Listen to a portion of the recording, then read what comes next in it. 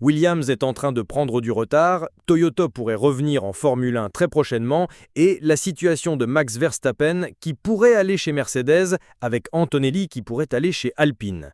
Tout cela maintenant.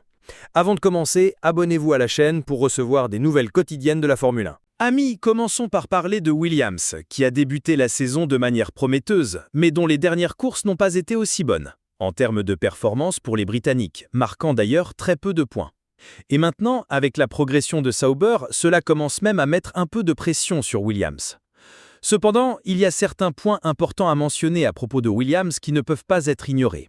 Williams elle-même a déjà confirmé que 90% de son équipe travaille sur 2026 et qu'ils ne vont pas se concentrer sur 2025, ce que je considère comme une décision positive, correcte, et je l'ai déjà dit de nombreuses fois ici. Mais il y a un autre détail qui a été souligné par Autoracer, vous pouvez toujours consulter les sources dans la description, c'est le suivant. Apparemment, les récentes directives techniques sur l'aileron avant et également sur le plancher pourraient avoir eu un impact négatif sur les performances de Williams. Autrement dit, elle ne serait pas seulement en retard dans le développement, ce qui serait naturel puisqu'elle se concentre sur l'année prochaine, mais aussi en retard à cause de ces modifications que nous avons eues sur l'aileron et le plancher, etc. Est-ce vraiment le cas? Est-ce que Williams est en train de subir ce genre de situation? C'est possible, mais il ne semble pas inquiet. James Vowles est très calme, il sait qu'ils auront encore beaucoup de temps de développement en soufflerie. Si vous n'avez pas vu la vidéo précédente, où nous avons montré le tableau actuel, allez-y jeter un coup d'œil. Mais attention, Sauber progresse, Williams est un peu à la traîne, et la lutte au milieu du peloton devient apparemment très disputée.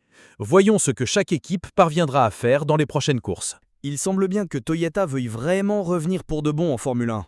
Ils l'ont eux-mêmes déjà déclaré, et nous l'avons rapporté ici. Ils devraient revenir en Formule 1 dans les prochaines années. C'est pourquoi ils ont entamé un partenariat technique avec Haas, et maintenant un test à Fuji a été confirmé pour août dans le cadre de ce partenariat technique. L'idée est de développer à la fois les pilotes et l'équipe technique. L'événement sera ouvert au public et comprendra les essais de Ryo Hirakawa et également de Sho Tsuboi, chacun sur 2 jours différents, ce qui permettra d'élargir l'expérience des principaux talents japonais, tout en perfectionnant les ressources humaines et techniques de Toyota, en leur offrant un apprentissage pratique au contact de la technologie et des exigences de la Formule 1. Cette information est extrêmement importante. Toyota souhaite se perfectionner grâce à la technologie de la Formule 1, s'immerger dans le monde de la Formule 1. Pour comprendre la Formule 1, le test sera effectué avec d'anciennes voitures, comme le permet la FIA, probablement une monoplace de 2023 ou peut-être de 2022, mais apparemment ce sera celle de 2023, et ils veulent progresser. Toyota fait donc un grand pas pour revenir dans la catégorie. Et ce n'est pas d'aujourd'hui que l'on parle d'une vente de Haas ou au moins d'un partenariat avec à la clé un possible Toyota Haas ou Haas Toyota, ce genre de choses. Il est très probable que cela finisse par arriver et que Toyota revienne en force. Même les couleurs des 2 marques rappellent un peu l'une l'autre, ce qui c'est intéressant. Une autre grande marque rejoindrait la Formule 1.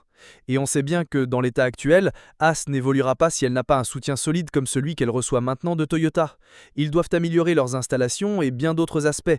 Donc oui, le soutien de Toyota est fondamental dans cette histoire, et j'espère vraiment que Toyota reviendra pour de bon.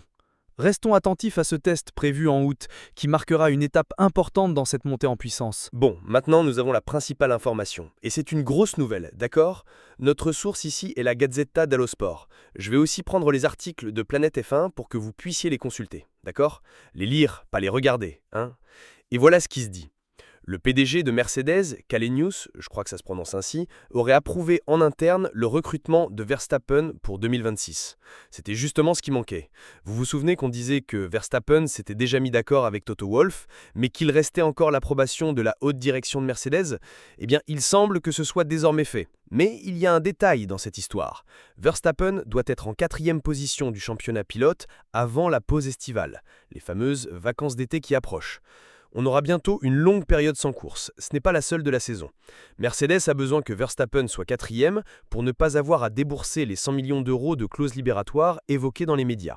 Donc, il faudrait que Verstappen ait de mauvaises performances et qu'un pilote comme George Russell ou alors un autre concurrent de Ferrari marque beaucoup de points et le dépasse au classement. C'est le seul obstacle. Sinon, Mercedes envisage déjà de le recruter pour 2027, ce qui serait facilité par une clause contractuelle avantageuse pour Verstappen. Donc, 2026 ou 2027 serait la limite pour que Verstappen rejoigne Mercedes. Et c'est curieux, car s'il n'y va pas en 2026, il pourra observer exactement où en est chaque voiture, où en est Red Bull, où en est Mercedes, pour choisir ce qui est le mieux pour son avenir, rester chez l'un ou aller chez l'autre.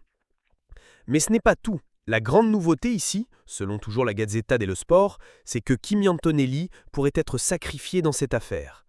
On aurait Russell et Verstappen ensemble chez Mercedes, vous avez bien entendu, Russell et Verstappen. Antonelli prendrait le siège chez Alpine. Rappelons que Briatore est ami avec le clan de Toto Wolff, etc.